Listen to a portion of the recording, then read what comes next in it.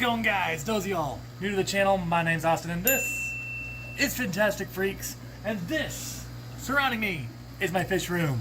Recently, we just went to Madison, Wisconsin, and visited the convention called the Catfish Cataclysm, which, what an awesome and fun event that was. Met a lot of awesome people.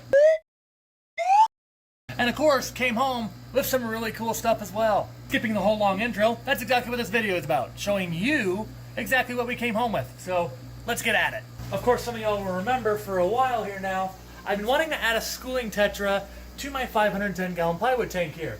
And thanks to the Catfish Cataclysm guys, we did exactly that. As we approach the 510, you can clearly see Tetras were not the only thing we added in here. I also added 3 mangrove root pieces here in the 510 here, which I really love what it did to the backdrop and overall aquascape of this tank here. Towards the back there, our Maboo Puffer Mac, he likes swimming through there as well. I'll have to make sure that he never gets stuck in there, but right now he's already figuring it out pretty quickly and has come around quite a bit ever since I added this and all the fish in here with him. He wasn't quite sure what to think about it, but he has been warming up to it very quickly, and as you can see, he's already exploring his new surroundings, and he just loves weaving around that wood. He's always loved weaving around this part too, and it's like adding a new toy for him. Swimming all around the tank, you can see, look at all the color that's swimming all around, schooling around. Specifically in here, we have 2 dozen cardinal tetras. That's the red and blue fish, as I'm sure a lot of you are already aware. And the silver ones, which you'll see a little bit of red on their tips, are called brilliant rummy-nosed tetras. We got 20 of those in total, so in a total we have now 44 Tetras inside our 510-gallon tank here. And as you can see, Mac just kind of lets them swim all around. He has no interest in hunting them. They're a little too fast for him anyway, probably too. Not only are these guys aesthetically pleasing to watch just zoom and swim all around the tank here, these guys have done pretty much exactly another thing what I've been wanting them to do, and that's basically clean up the leftovers of the messes that Mac makes. You'll notice that there's still a little bit of stuff here on the aquarium floor here, mostly shells, because of course, well, they're not going to eat that. While this guy eats all the big meaty food, like this little bit of krill here, all I gotta do is put it in the water here. Eventually, the puffer will see it. There it is. And of course, as we all know, puffers can be a bit messy eaters. There's some bits and pieces, and eventually the tetras, and yep, there they go. This is exactly why they're also in here too. Those little bitty pieces that float around in the water, those tetras are more than willing to go get those, and of course those are too small for him to care about, and the tetras will go ahead and eat those, which will kind of help with the water quality and such. It's a win-win. Their color looks amazing in the long run because it's a great source of protein and such for them, way better than just getting flake food all the time, of course, at least. And in the meantime, it also helps keep his home nice and tidy. You'll also notice I got a couple of crypts here. I admittedly have been recovering a little bit here, so I haven't taken them out of the pot here. I've been slacking on that part here a little bit here.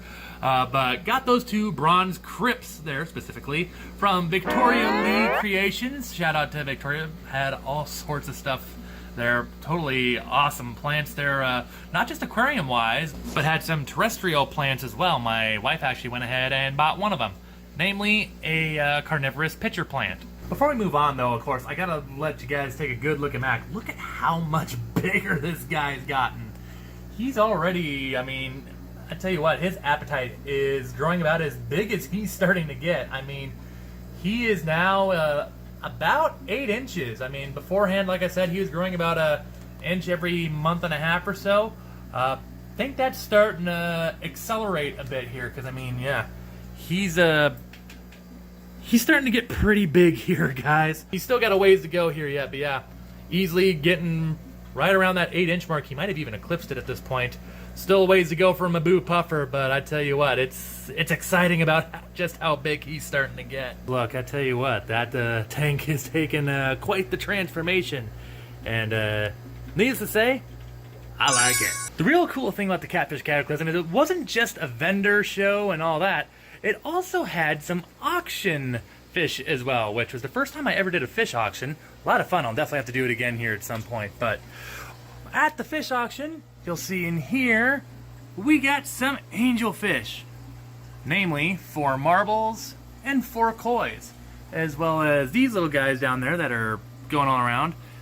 These are sand tiger loaches, or tiger sand loaches. Okay, don't hurt yourself. They almost kind of remind me of miniature dojos mixed with like yo-yo loaches almost, kind of in that pattern. And obviously it's not quite the same pattern, but still really cool altogether. Also got some hornwort to put in here because hornwort's always a good plant there. This adds a nice little natural feel up there. It's a good abundance of it too there.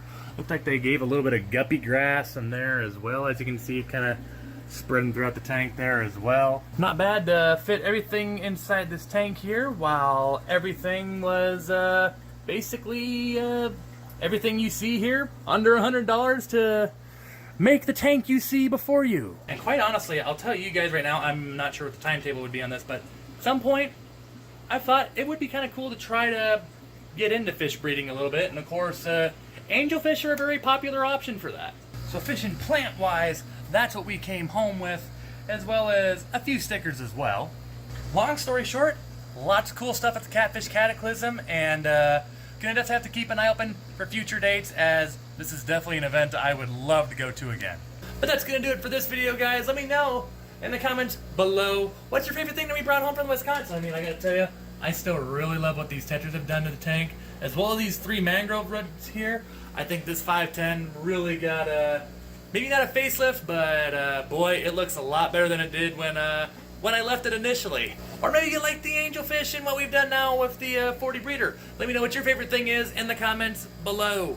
And of course, if you like this video, give it a thumbs up. It really helps out the channel and with that YouTube algorithm. And if you're new here and have not done so already, consider clicking the subscribe button to stay in the loop with everything I do.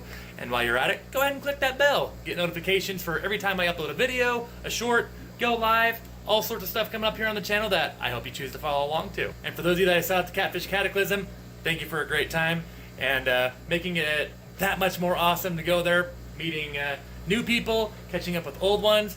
Made it a lot of fun. I will see each and every one of you in my next video. As always, stay fantastic.